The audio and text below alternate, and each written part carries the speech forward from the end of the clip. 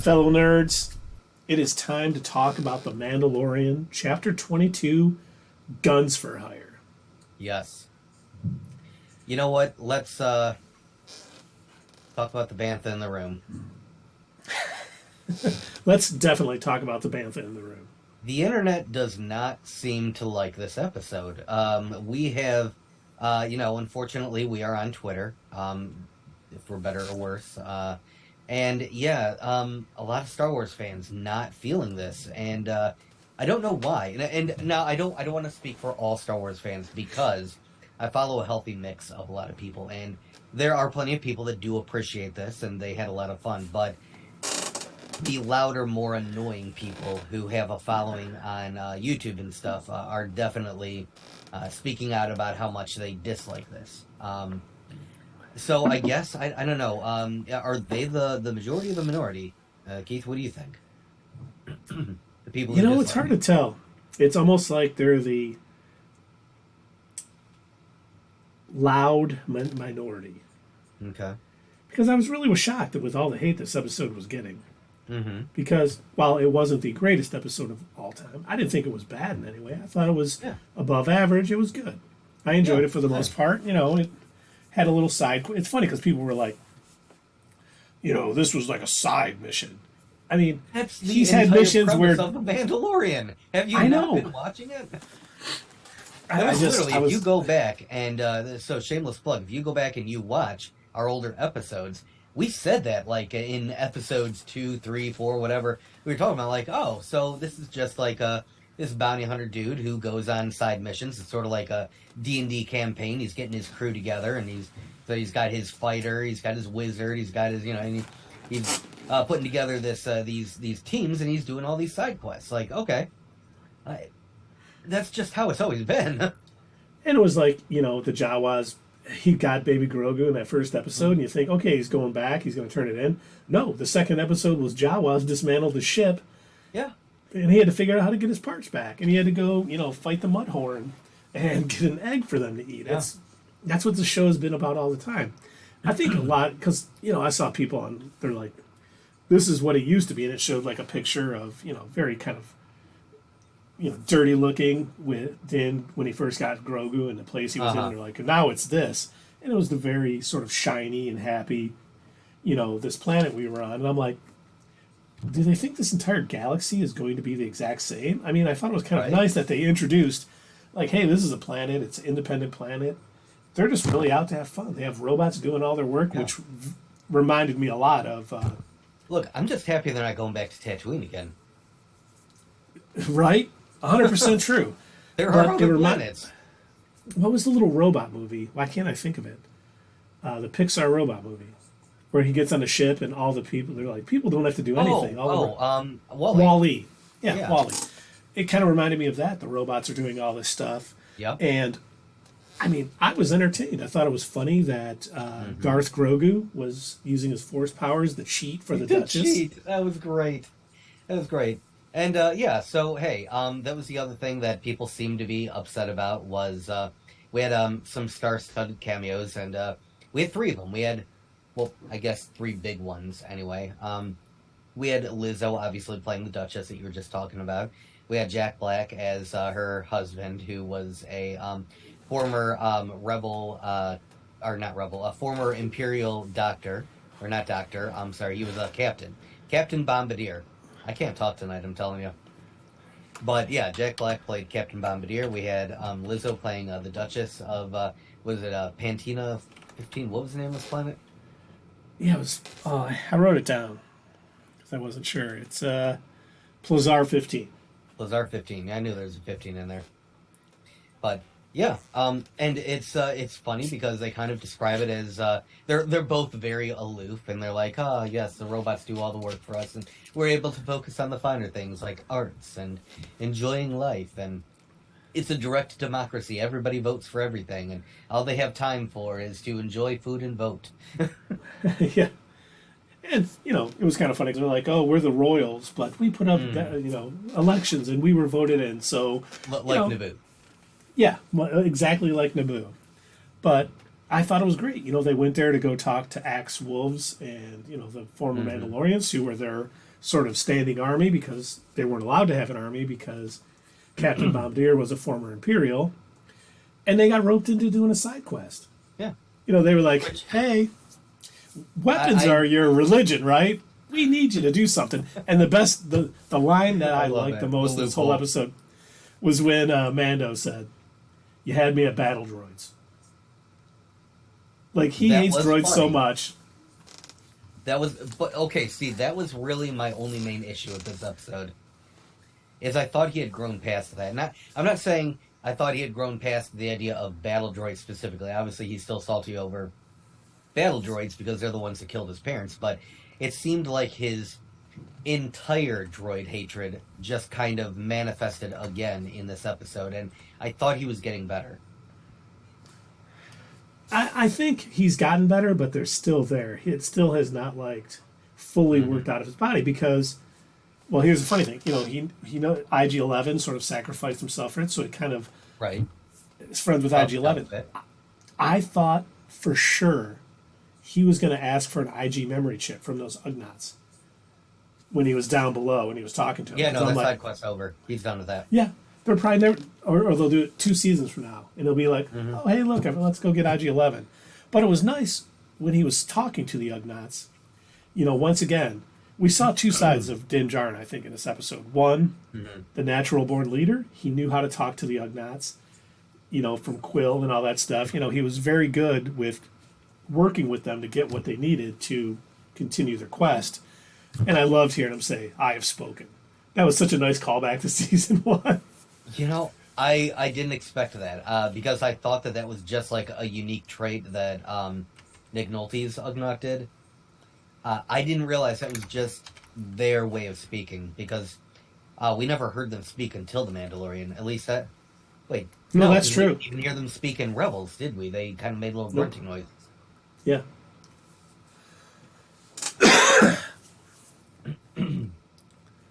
So, yeah, that kind of threw me off. It was a funny little, look back. The other thing that, I don't know if you caught this, but in the very beginning of the episode, when we see the other Mandalorians again, flying around in Moff Gideon's ship, that was kind of funny. Like, oh, so that's what happened to it. Okay. I was wondering, like, I figured the New Republic would have confiscated that, but I guess the Mandalorians were like, nah, this is ours. We need it. What are you going to do? Now, if you remember... You know what? You're right. One of the chips or fobs that Mando was offered in the first season was for, a Mon Calamarian, a prince. Yeah. And then this was... Oh, is that what you were going to say? Yeah, that's what I was going to get at, yeah. The fact that I think it's the same... I think you're right. Because when I saw that, mentioned, it's some nobility, and it's the best one of the lot, Mando. Probably the most money. You did a pretty good Carl Weathers there. Got a little meat on that thing. Got a stew.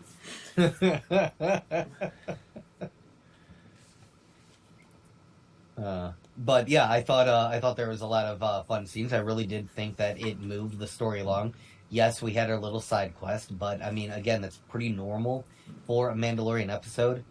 I'm guessing a lot of people's issues where they wanted to get directly to, let's solve this whole deal with, just the Mandalorians, focus on the Mandalorians and see, what is going to happen with, are they going to grow, are they going to join them, how are they going to deal with Bo-Katan?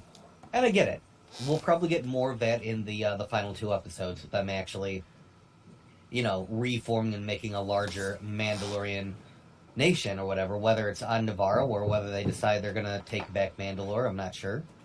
But, it looks like Bo-Katan is now going to be accepted as their leader again. Yeah, I think a lot of people's issues, too, might be because there's only 2 episodes left. Yeah. It's like this season has kind of been jumping around here to there. It hasn't really been... I think Follow the Fandom mentioned that on social media, too. Yeah, so, I mean, I get it. But once again, I don't get as upset if things don't go the way I think they should. You know, I'm like, oh, this is probably what's going to happen when it's different. Like, Hey, Okay. you know what? If we get the next 2 episodes and it's with the Mandalorians or it's doing something else and we get some big cliffhanger leading into season 4, I'm not going to be upset. I'll be like, as long as it worked. It's not owed to me. Like, me, Dave Filoni and Jon Favreau are not writing this series saying, boy, I really hope I make Doug happy, or I really hope that, Keith likes this storyline this season. Like, they're writing a cohesive story, and maybe not all of the things work. We've said before, the episodes that appeared in Book of Boba Fett probably should have been in this season.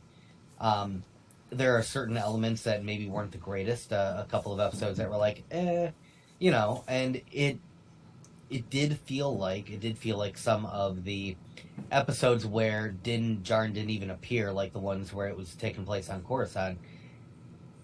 It felt like maybe that was setting up either a larger story or, again, like what happened with the Book of Boba Fett, maybe setting up an entirely different show. Yeah. And it could be just they're going to hint at it down the line. That's going to get called back in season 4, maybe season 5. And once again, I'm fine with it as long as it doesn't get just dangled out there and never really talked about. But yeah, I certainly didn't dislike it. It was good. When he was kicking the battle droids, the super battle droids. Oh my God, I was cracking up.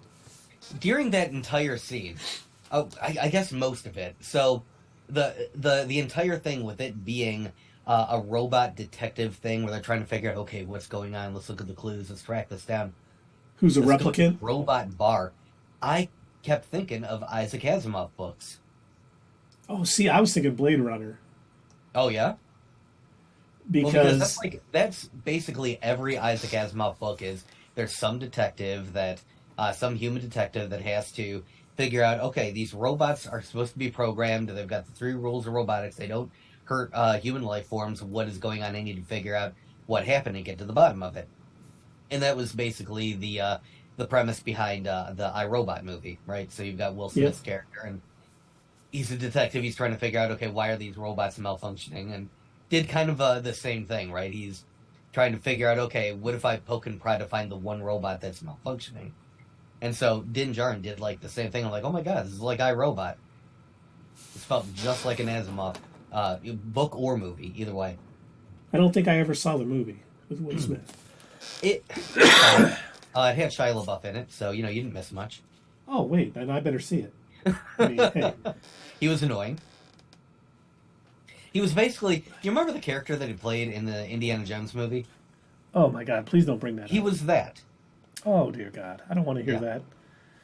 Now, see, I was thinking Blade Runner because when the scientist or the autopsy person, I don't know who that was, when she was looking at it and they saw the writing. Oh yeah. On the thing, I was like, that's a lot like Blade Runner, because in Blade Runner they see like the serial number on the bones, and that's how they figure out. That's true, yeah. It's a replicant. I was like, okay. And then the chase through the city reminded me a little bit of Blade Runner, which I certainly am not complaining. If they're paying homage to Isaac Asimov and Blade Runner, that's some pretty good stories to want to emulate. Yeah. That's what I said. I really didn't have that much of a problem with it, and I like the idea that there exists a droid bar. I like the idea when they expand on the fact that. Yeah, like, droids are alive, too, It's like you'd think we would have figured that out by now, especially if you watched Solo, which, again, a lot like this episode.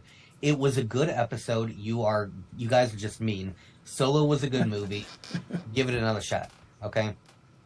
I laughed in that chase scene. I loved the fact that when Din was chasing and the robot knocked his stuff over, he, jumped over it and had a tough time. And Bo just turned on a quick hit of her jetpack, got over it, and landed. I'm like, okay, she's much more seasoned as a Mandalorian. I'm noticing she's got a very specific fighting style.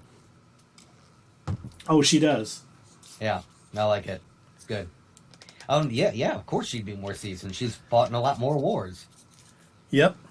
I mean, she's, 60? She's got to be around 60 at this point. Yeah, oh, boy. And I was debating whether I wanted to mention that.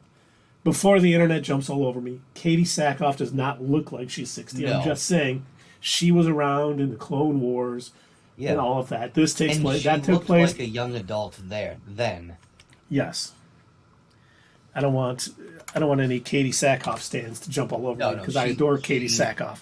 Looks great, I would never say that. No, my issue is with the internet trying to force a romance between Din Djarin and Bo-Katan. It's like, guys, like he was a child during the Clone Wars. Come on, man. Well, maybe they like cougars. I see. I don't see it. I don't see it ending with them romantically linked. Somebody did like a hard cut of that scene at the end where she was where he was defending her and everything, and they said, and then they did slow mo of her looking at him, and then did like hearts, and I'm like, oh come on. Oh jeez. See, I think with the way this ended, I think it's going to go a different way. We can get to that in a minute because we should probably talk about Christopher Lloyd. Ended up it was very very much like a Scooby-Doo episode. Yeah. When he was like the first person they talked to, and then he ended up being the one. And I like the fact that he was like, if you hit this shiny red button, it's gonna take all the robots out. I must press the shiny red button. At first he's like, it's gonna deactivate them all. And then we'll be at a loss because these people don't know how to do anything. And looking back, when I watched it again, I didn't catch it the first time, but I'm like, he's got a lot of disdain for the way this planet is run. Yeah. And they gave us that clue early on, and I didn't catch it the first time watching it. And then when they come back and they know it's him, and he's like, this will turn them all into battle droids and everything, and I'm like, okay, is this going to be an episode where he clicks that button and we get to see Din and Bo just demolishing battle droids for 20 minutes? Kind of been cool. It would have been cool for two reasons. A, to be able to see them fight like in a huge droid fight, and also get to hear more of the battle droids. Oh no! And by the way, I love the fact they brought the voice actor back from the Clone Wars. That was great. I thought for sure that it was going to be. I don't remember who voiced them in. What do you call it? The Phantom Menace. I don't think it was the same person. You don't? It wasn't Miley Cyrus? Miley Cyrus.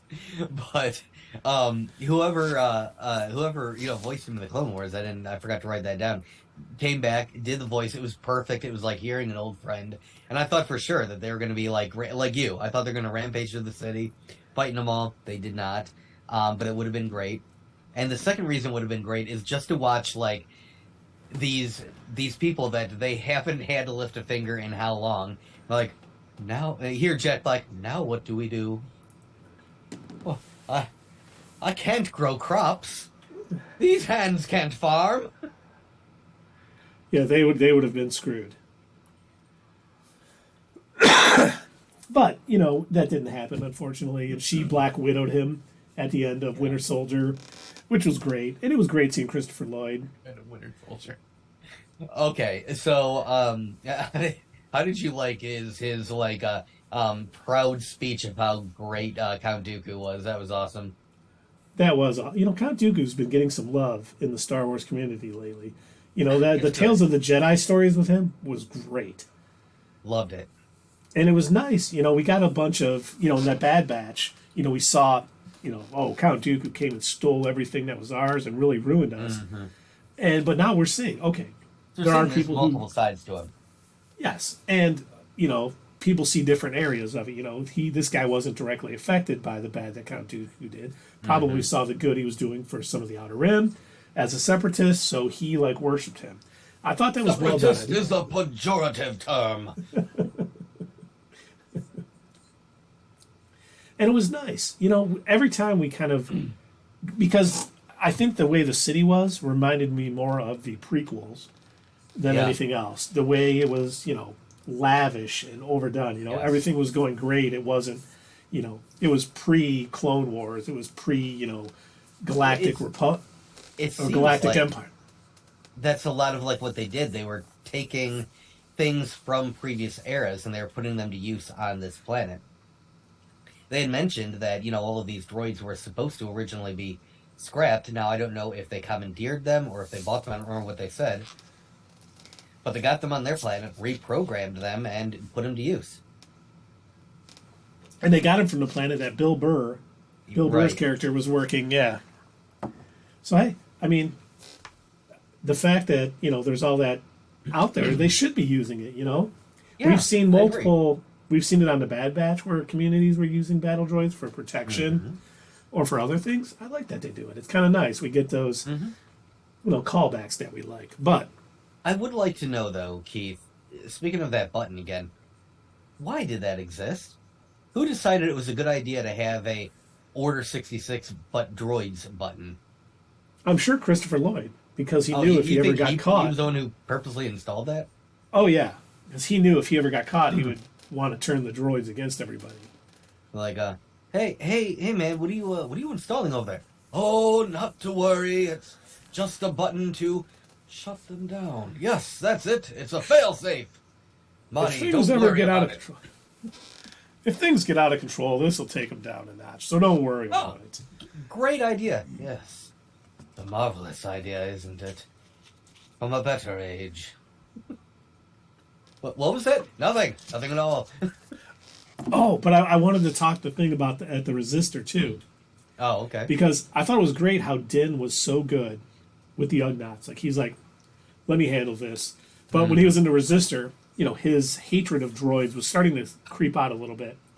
And it was nice because they're showing he's not this perfect, guy that whatever room he walks into, he knows how to handle it perfectly. His feelings came out there. He's like, no, we're doing it this way. You move your hands. I would need to see you. And he handled that wrong. And they still got what they wanted because, Bo-Katan kind of helped. But it's nice seeing that he's not, we've talked about this a lot. He gets his butt kicked sometimes. He's not always the best person, but he just seems to do, what's right. And this whole series has just shown wherever he goes, things are better when he leaves. And I think that is still the case here. And I do think they're still building towards him being the leader of Mandalore. Obviously we kind of had, I think, what no one expected in this episode. They figure out it's, Christopher Lloyd's character. They turn it in. Grogu gets knighted, which I thought was funny. I know people online were all upset about it. They're like, that was just silly. It was a silly society. It was silly, but it was whatever. Their entire society was silly. Yeah. I didn't have an issue with it. He helped her cheat. She made him a knight. Dr. Detroit just rated us with 12 viewers. Thank you so much, Doc. Yep, I was watching him play a little Rogue Squad. Can't remember what game he was playing now, but I was watching him while I was setting up OBS to get ready for us. So thank you so much for rating us, Dr. Detroit. We appreciate it. That's awesome. Glad to have you here. We're talking about Mandalorian. Yeah. Don't know if you all are fellow nerds like us, but we're talking some Mandalorian. We're going to be talking the new Blue Beetle trailer, and we're going to be talking the new Spider-Man Into the Multiverse. Or cross the spider. The Spider-Verse. That thing. What he said. The smart guy knows. I don't. Rogue Company. Yes, that's what he was playing. Dr. Detroit. For those of you who don't know him, he is a tremendous streamer. He's a friend of ours. So definitely, if you haven't followed him and checked out his streams, please do. He streams on both Twitch and Facebook. He's a wonderful human being. Thank you so much, Dr. Detroit. Now, what the heck were we talking about? You were talking about the bar. Oh yeah. And just how, he just mishandled that situation. So it was nice seeing, his faults along with his strengths in one episode. He's not he doesn't handle everything perfectly, and I think that's what humanizes him quite a bit. It makes it, easy to, root for and want to win. But we get past all of that. Grogu's knighted, and they finished their side quest. They're finally allowed to go meet, the former Mandalorians that Bo-Katan was head of. There's two things. I love their use of the loophole where they're like, yeah, we're not allowed to have a standing army, but we certainly can't dissuade the Mandalorians from, bringing their weapons. And if they happen to defend us, cool. That was very well done. They took advantage of the situation. And as a former Imperial, he would know the ins and outs and loopholes. Of course. That would probably allow to do that. So, I thought that was fantastic. So I was very happy with that. Mm-hmm.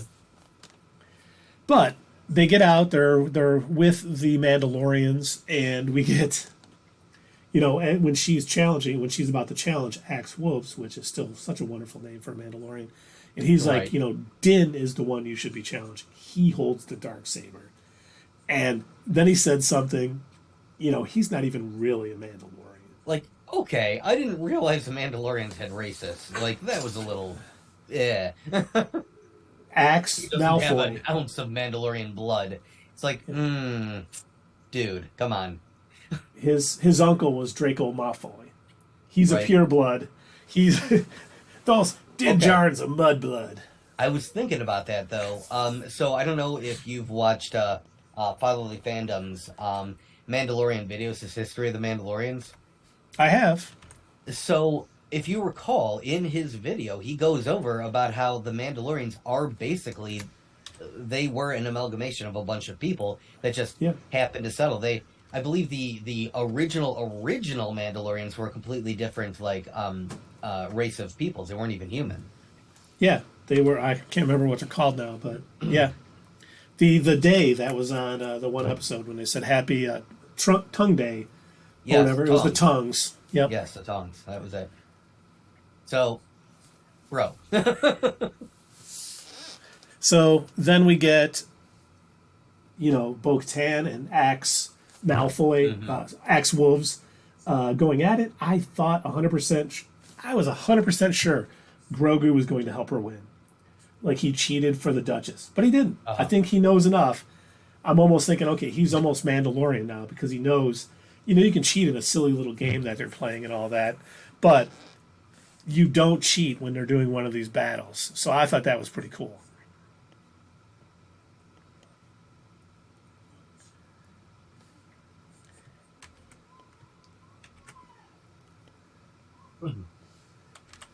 Oh, I should have, should have sent out our YouTube channel there on the message. Look, I'm sorry. We're hacks and frauds. This is our first day. We've never, Yeah, we've never done it's our this before. First day here. So, Yeah. So okay. I don't know. I don't exactly know how I feel about the whole thing that Din Djarin said. Like, I remember we were talking about it kind of back then. We were sort of asking when we reviewed episode 2. We're like, well, does that technically make her the wielder of the darksaber? Should she get it? And because we were wondering, like, she saw it there, like, and she didn't grab it. She gave it back to him, and it was like, and he didn't say anything. He knew that she used it to save him. So it's like, I don't understand, I guess, why they waited until this moment. I don't know if it was because he wanted to be able to give this speech in front of the rest of them, or what the reasoning was. I do think the reason is because he wanted it to be in front of her former army, her Mandalorians. So, because if he did it in front of the Children of the Watch, it wouldn't be as effective as it is with him telling these. These are the people that he needed to believe this was the way. I don't think the Children of the Watch would have cared if he would have handed it to her. She would have taken it. I don't think they care about it because they didn't treat Din as a leader with the darksaber. He was like any other Mandalorian. He just had a fancier sword. So I think he waited to do this. I think he had been thinking about it, and that's when he was with her. He's like, "This is my way to get rid of it," because Din does not want to lead the Mandalorians. He does not think he is a leader, and this was his way without having to fight Bo-Katan, because he probably thought that was coming too, that he could give her the darksaber because we thought that was what was going to happen. Yeah. And she could be the ruler of Mandalore. I still don't think he knows that she saw the mythosaur. Did they say? No, he hasn't found out yet. The armorer knows. Okay, I didn't know. I That was couldn't. the only person that she told that I'm aware of, unless something happened off screen that we don't know about. Right, I couldn't remember if she said it when she was like she walks both ways, but she didn't. So the only person that Bo told so far is the armor. So Din doesn't even know that, which I kept thinking. After this episode, kind of what's next possibly. Is she going to lead these Mandalorians back to Mandalore to try to tame the mythosaur? Or is that going to be saved for down the road? Like, she may tell them, explain, hey, we went to the living waters and there's a mythosaurs there, but we're not ready to take back Mandalore yet. Let's go to Navarre with these other ones. We're going to build up our forces, and then we'll take Mandalore back in force to save that whole thing. We got the hint that it's still alive, but they'll cross that bridge sometime further down next season or even season 5 possibly. Right. But here's my two things. Two things I thought of when he handed it to her. Mm-hmm. And had the reason, which I thought the reasoning was valid. He was bested by that creature. She bested the creature. So she basically won it in combat against that guy. Now, I was shocked that no one asked, why is he still carrying it now then? If you guys knew this long ago, it was for show in front of him. Yeah. Yada, yada. I think Bo-Katan, someone is going to beat her and kill her and take the Darksaber. And Din Djarin is going to get revenge, and he's going to get the Darksaber back. And it's going to be at that point, when he wins it in combat for a second time, people are going to start being, you are the true, leader of Mandalore. This isn't just, coincidence. This is fate. And I think it's going to he's going to be pushed into that role that he doesn't want. He's only going to, he's not doing it to win the Darksaber back. He's doing it to avenge his friend, because there's been so much focus on Bo-Katan this season. Yeah. That I don't think, if she doesn't die in this season. You think they're pulling a Tech, like in Bad Batch? I do. Wow.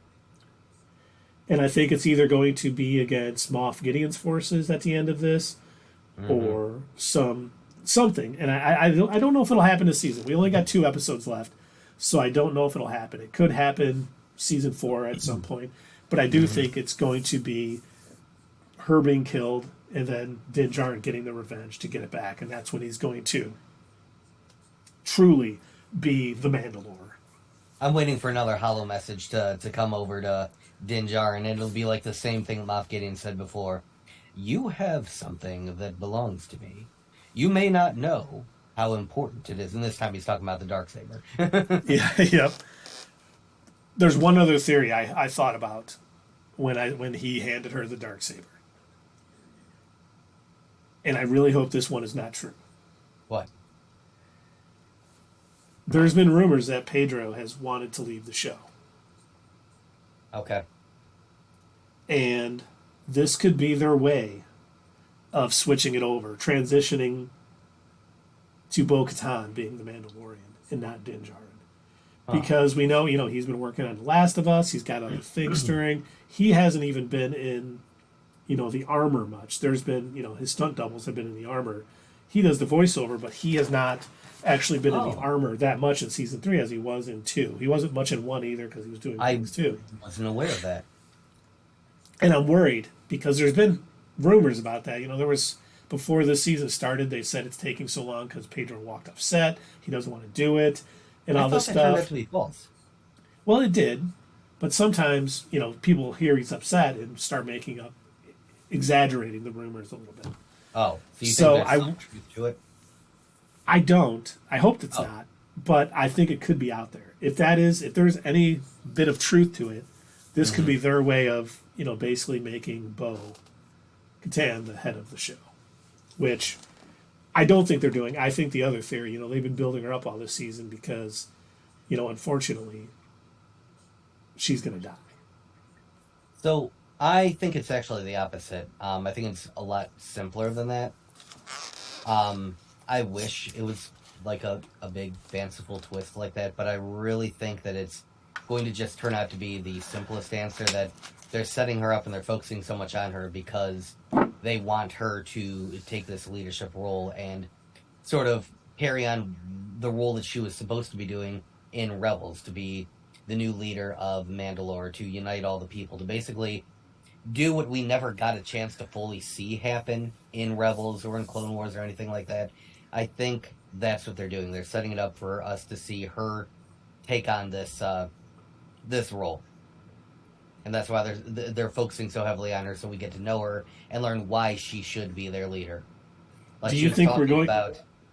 Do you think we'll get a show about her taking back Mandalore as the leader, and then we'll still have the Mandalorian? It'll be him doing his little side, I think it's still going to be in the Mandalorian. I think that she'll probably eventually be relegated to more of a side character-like role once she becomes the leader. I think then she'll be basically the new Carl Weathers and issuing out missions like Din Djarin, I need you and your foundling to go and take this planet in the name of Mandalore, or, I need you to go round up this rogue Mandalorian that's been selling Beskar or something. Or we need you to round up the Mandalorians that freed Moff Gideon. Yeah. Even though I think that'll... I still do think we're getting Moff Gideon this season. Or, we heard that the Sith have cloning technology. It turns out they brought them all back to life. We need you to go hunt them down. No. That would be dumb. Please don't actually do that. I don't think they will. I don't... As cool the character as Darth Maul is, I don't think they would do that. But he had too good of a final scene, too good of a death.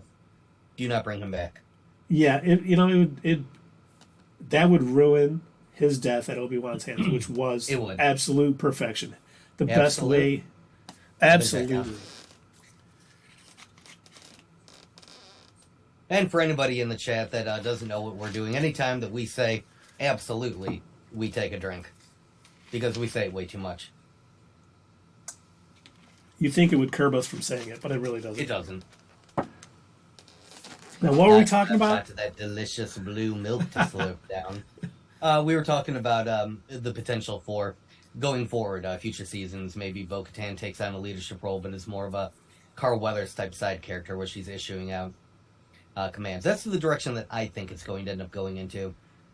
I think she's going to take her place as the leader, but I think very few episodes going forward after that happens are going to then focus heavily on her. I think it will eventually transition back to Din being the main character. They just need to establish this. They need to get to their new planet. They need to get their new land. They need to get things built. And eventually I think they're going to rebuild their section of Navarro, very similar to, a Mandalorian society.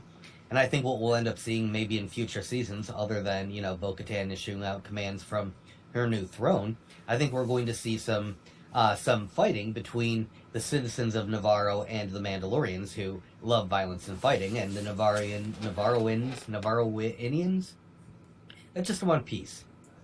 They just had a bunch of pirates invade. They want to chill out. And, you've got these psychopathic jetpack wielding with flamethrowers flying through the skies. And oh, come on. You've got to stop them from doing this. Hi, Magistrate, please. Now, they've saved us. We've awarded them. And eventually it's going to be he's going to have to hit the broom on the ceiling hey, Mandalorians, you got to quiet it down, man. Yeah, That's what I think. No, I like that too. I think that would be a nice way to go, because I think the show would be better with Din not being the leader of the Mandalorians. I think the show is better with him, doing missions, running around, doing what needs to be done, Grogu getting trained, growing into power. So I like your idea better than mine. I'll say this. I watch an obscene amount of anime, and I really like the sort of what they call isekai anime, where somebody gets hit by a truck and gets reborn into a new world, and usually it's always some sort of fantasy world. And last year, a lot of the shows that came out were about people who found themselves in sort of a leadership or a king role against their will. They were they worked in an office before or whatever, and now people are looking to them to do stuff. And it seems to, in every single one of these shows, all of them different, all of them with different writers, different animators and everything, it seemed to kind of boil down to the same idea. Being a king, they don't get to go on a whole bunch of magical adventures and journeys and everything. A lot of it boils down to, oh man, but I really wanted to play with magic. Yeah, but you've got all this paperwork to do. You've got tax codes to write. You've got to pass all these laws.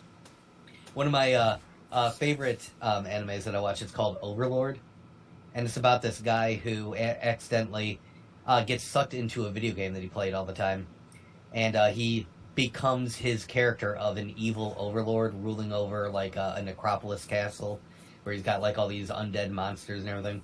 And he just kind of mentions offhand, in a joking manner, it'd kind of be nice to take over the world. And so his minions help him literally take over this new world. And that's the third season, literally just him. Okay, well, we got these new law books you need to pass. Oh man, but I wanted to go on adventures. Want to play like the video game? Yeah, but you've got all this stuff you have to do. You've got an entire world to run. Oh, That would suck. could That you would imagine absolutely. Din Djarin having to do that? Like, yes, but I need to train my foundling. No, no, you don't. You have to figure out the dispute of trade routes in the outer. Oh my god. Oh man, I gotta talk to these Oh people. man, the Techno Union is complaining. Ah, I like that they were mentioned this episode too. You know, yes, finding that out was that was fun. kind of nice that Hmm. Christopher Lloyd's character was part of the Techno Union, and they just bring Which, all of of Star course, Wars into it. Yep. But the one thing I wanted to mention too, the society in this episode, uh huh. I almost thought it was foreshadowing a bit of Mandalore's comeback. Not that they would behave this way. Oh, with the bubble domes and everything. No, no, not with the bubble domes. Just Oh, that, like, everything on the outside looks, everyone is so grand. This is such a great thing. But mm-hmm. there's going to be people, if Bo does become the ruler of Mandalore and they take it back, there's going to be people who want to see her gone. Oh And yeah. it's not going to be all 100% behind her. So you could, I thought it was well done that there's going to be people who, even though you know, it looks like the perfect society and the Mandalore is back and we're powerful again, there's going Mm-hmm. to be people that are unhappy that she's ruling. Oh And yeah, so I we can could get a definitely see lot that. of, you know, people at each other's throats or at odds with Bo and what she's done. So there's a lot of stories to be told with Mandalore coming back into power because we know Mm-hmm. they've never gotten along as a society. Wait, hold on, Keith. Are you telling me a society that's based on weapons and fighting, people don't always get along? I know it's hard to believe, Ah, and maybe it's even a you know, like a splinter group like Children of the Watch. Even though she walked with them, you know, mm-hmm. they may be like, yeah, but she's not really one of us because we see, you know, your boy Axe Wolves, you know, Why's pure he gonna be blood my boy? because Dave's Why not you gonna here. make the racist Mandalorian my boy? But you know, the Children of the Watch people may think the same way. Well, she's not really a Mandalorian. She takes her helmet off, even though she walked with them. So Mm-hmm. there's a lot that really can be told where all this is going. And I know people are upset that it's not there yet. You know, we haven't had, you know, Mandalore back into power and they're taking over the galaxy at this point. It's coming. Give it time to breathe. I know it's Oh only yeah, 8 episodes yeah. a season. I honestly think this show could use more episodes. I agree. And now and then not putting them in other shows. Like we don't need to see the Mandalorian season 3.2 in Ahsoka. Right, which they'll probably do anyway. Yeah, they probably will. So we And got 6 shows for Ahsoka. You need 8. Mr. Jarin, could you come over here for a minute? right. So I don't remember who was it that mentioned this. I don't remember if it was like Ryan Airy on Twitter or if it was Eric Voss from New Rockstars. It was one of them had mentioned that it felt like some of the episodes that we've seen in this series felt like stuff that should have actually been in Rangers of the New Republic. And either they took these storylines out of that and repurposed them for the Mandalorian, like with the amnesty program and you know, all of this the stuff with the New Republic, you know, struggling and all of that going on, and that the character of what's his name, that the one who ends up Captain going getting Din Djarin, Captain Tiva. Captain Tiva. One of them said, I don't remember if it was Eric Voss or Ryan Airy, but they said that Captain Tiva's role probably was originally supposed to be Cara Dune. Yeah, probably was. And most likely this would have been stuff that maybe would have been seen in, you know, Rangers of the New Republic. Maybe this would have been like a backdoor pilot for it. We don't know whether that's, I guess, do we know whether that's still happening or not? For all we know, it's not happening. But it does seem like this season could be building towards the Rangers of the New Republic. Because Yeah. we got Zeb. I don't think that cameo of Zeb was just a cameo. I don't think so either. I think they're setting it up to maybe him and maybe Captain Tiva being the head of the Rangers of the New Republic show, or So Hera either Syndulla they're is going setting to it come up, back. either they're setting up a separate show, or they're just repurposing story elements that were going to be in that show and then sticking them in the Mandalorian haphazardly, like we had Mandalorian episodes in Book of Boba Fett. Yeah, it definitely feels like that at times. So it definitely could be that.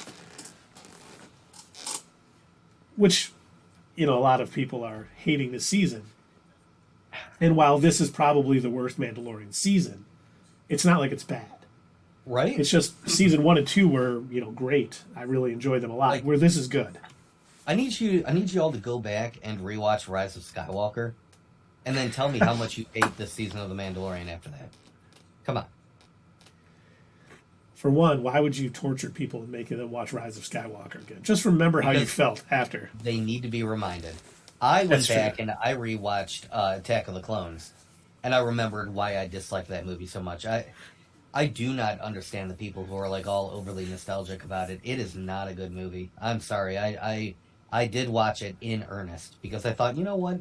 It's been a very long time since I saw it. I'll give it a chance. And I went back and I rewatched. I watched Phantom Menace, Attack of the Clones, and Revenge of the Sith. And out of the three, Revenge of the Sith was the most tolerable, but even that wasn't that great. And I told Keith and Dave when I was watching it, I'm like, really the only good parts about Attack of the Clones were maybe Obi-Wan's detective mission going to, find the clones, and then the fight scene in the Coliseum. That was about it. Yep.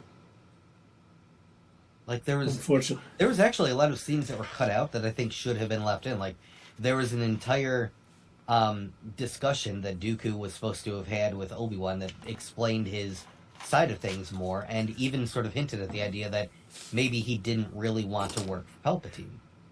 And they cut that out of the movie, and I think that would have made it even better. But, instead we had our speech about how terrible sand is.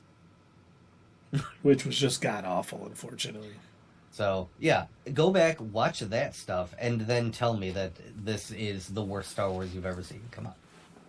Mandalorian is still good. These may not be the greatest episodes. They may not all be winners. I'll admit that.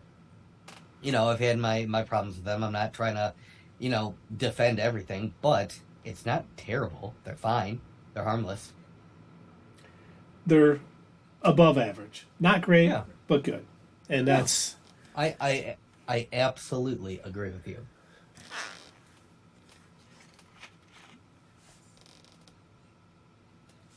And don't forget to hit us up at Twitter, leave a comment down below, and we will see you next time on Not Your Status Quo.